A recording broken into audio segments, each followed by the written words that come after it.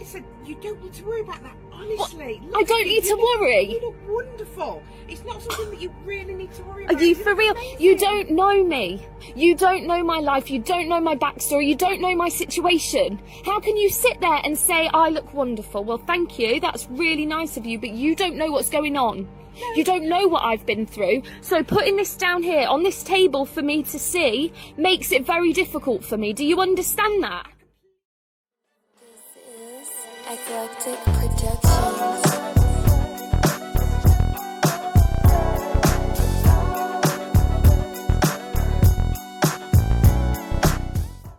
Betty, bonjour et bienvenue dans cette nouvelle vidéo. Alors, je sais pas comment vous annoncer ça. En fait, juste avant de faire la vidéo, j'ai reçu les nouvelles conditions générales de YouTube. Et en fait, le changement principal, c'est qu'ils vont être encore plus sévères sur les gros mots. Et personnellement, je trouve que c'est une attaque à la vulgarité. C'est révoltant, d'accord? Je rappelle que la vulgarité, c'est quand même un droit constitutionnel. J'aimerais donc officiellement et de façon publique m'adresser à YouTube pour leur dire que c'est vraiment une belle bande de fils de p***.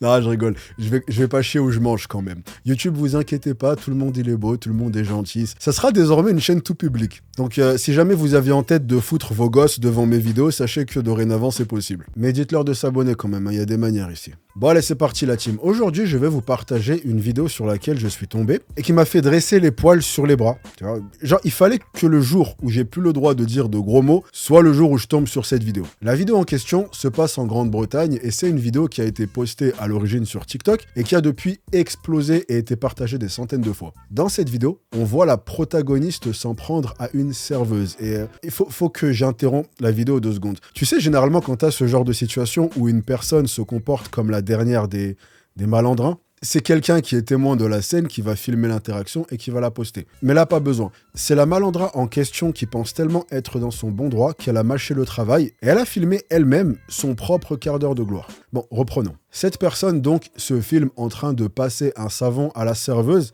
et lui dit que sa journée est complètement ruinée. Donc, qu'est-ce qui a bien pu se passer dans ce restaurant pour que sa journée puisse être ruinée? Est-ce qu'elle a vu un rat passer? Est-ce qu'il y avait un cheveu dans son assiette? Non, même ça suffirait pas à ruiner une journée. Est-ce qu'il y avait un bras humain dans son assiette? Voilà. J'estime que pour parler de journée ruinée, il faut au moins ça. Genre, tu reçois ton assiette et t'as un bras dessus et il faut que le bras il te fasse un doigt. Et quand tu essayes de l'attraper pour le retirer, c'est lui qui te chope et te fait des brûlures indiennes comme ça. Je pense que pour qu'on puisse parler d'une journée qui a été ruinée, il faut au moins ça.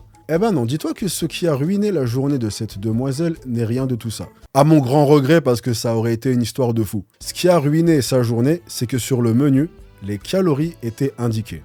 Fais pas cette tête, genre t'attends la suite de l'histoire, je vais te dire que les calories, elles étaient encadrées par des croix gammées ou je sais quoi. Non, ça y est, c'était ça l'histoire. Il y avait les calories sur le menu et ça a foutu en l'air la journée de cette personne à tel point qu'elle a décidé de complètement se lâcher sur la serveuse. Surtout que la serveuse, elle est, mais alors, adorable. Tu sens qu'elle comprend pas ce qui se passe, elle essaye de la rassurer. We didn't mean to do anything to upset you like that.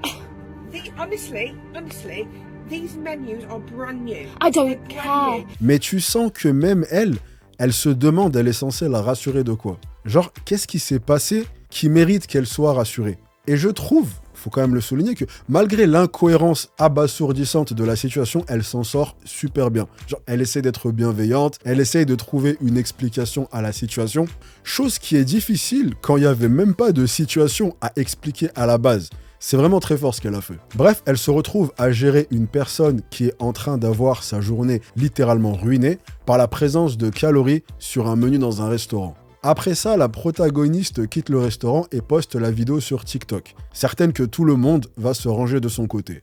Spoiler, personne ne s'est rangé de son côté. Et donc forcément, la vidéo a fait énormément de bruit et pas mal de gens sur internet ont traité la femme de pas mal de choses différentes, notamment en avançant qu'elle avait cru que le monde tournait autour d'elle et aussi que la serveuse était probablement pas payée assez pour devoir supporter sa crise. Bon alors, nous on va pas aller jusqu'à l'insulter, déjà parce que c'est jamais la solution, mais surtout parce qu'on n'a plus le droit, mais il y a quand même un truc que dit la serveuse et qui selon moi résume à la perfection le cas présent. We are trying to work with two different types of menus, some that come with calories, some that don't come with calories. And we are trying so hard to accommodate everybody. Yeah, but not Because we hard understand- enough. On ne peut pas faire plaisir à tout le monde. Le truc, c'est qu'on arrive de plus en plus à une époque où on vient tout ramener à nous-mêmes et où tout ce qui n'est pas customisé à notre propre chemin de vie est vu comme une attaque. La fille a mal pris le fait qu'il y ait des calories sur le menu. Mais dans la même veine, il y a des tas de personnes qui vont adorer le fait qu'il y ait des calories sur le menu. Moi, le premier, quand j'étais à Londres, j'ai trouvé ça incroyable. Genre, je m'amusais à jouer des jeux, tu vois, où j'essayais de regarder le plat et j'essayais de deviner avec combien de calories. Après, je regardais la réponse et je me disais, oh là, j'ai été fort,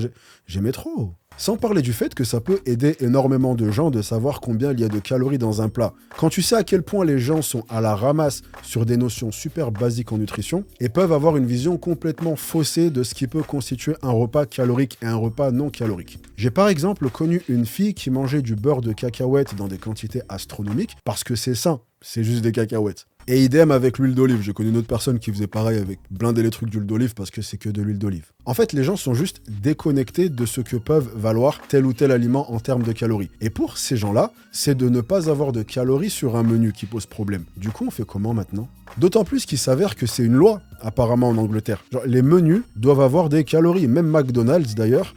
McDonald's, sur leur site, il y a même des recommandations de l'apport calorique recommandé pour un adulte. Donc j'espère qu'elle va pas voir ça parce qu'elle va péter un câble. Et même sans aller jusqu'au restaurant, j'ai peur de voir sa tête quand elle va se rendre compte qu'il y a les calories derrière chaque aliment au supermarché. Genre littéralement, chaque aliment qui n'est pas un fruit ou un légume a des calories affichées derrière. Et encore une fois, c'est tant mieux. Parce que dans une société, on fait des choses qui vont bénéficier la majorité. Et après ça, chacun va l'adapter à son cas personnel. C'est un peu comme si moi je te disais, je suis pauvre, du coup je veux des menus sans prix. Parce que avoir un menu avec un prix, ça me rappelle ma pauvreté. Et s'il y a le prix sur les menus, je vais le voir comme une attaque et je vais aller embrouiller la serveuse. Tu vois, ça peut aller très vite. Blague à part, j'arrive à comprendre le point de départ de sa crise de nerfs. Cette fille souffre sûrement de TCA, ou alors vas-y, peut-être qu'elle est mal à l'aise avec son poids, elle essaye d'en perdre, et aujourd'hui c'était son cheat day, elle voulait se faire plaisir et pas se prendre la tête avec les calories. Enfin, j'essaye de faire l'avocat du diable, il y a un milliard de scénarios possibles. Mais encore une fois, les combats qu'elle mène personnellement, ça regarde absolument pas les autres. Au même titre que, par exemple, pour mon cas personnel, depuis que j'ai arrêté de boire, je déteste voir des publicités pour de l'alcool.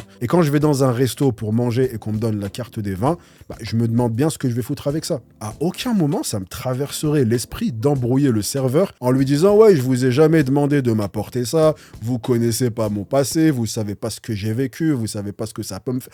Oh !» Vas-y, lui, il vient juste pointer, faire ses 8 heures de taf et aller se foutre devant Netflix. Il mérite pas que je vais lui imposer mes problèmes. Mais bon, j'ai vraiment l'impression que ces gens-là font leur maximum pour trouver des raisons d'être offusqués. C'est un peu la nouvelle génération.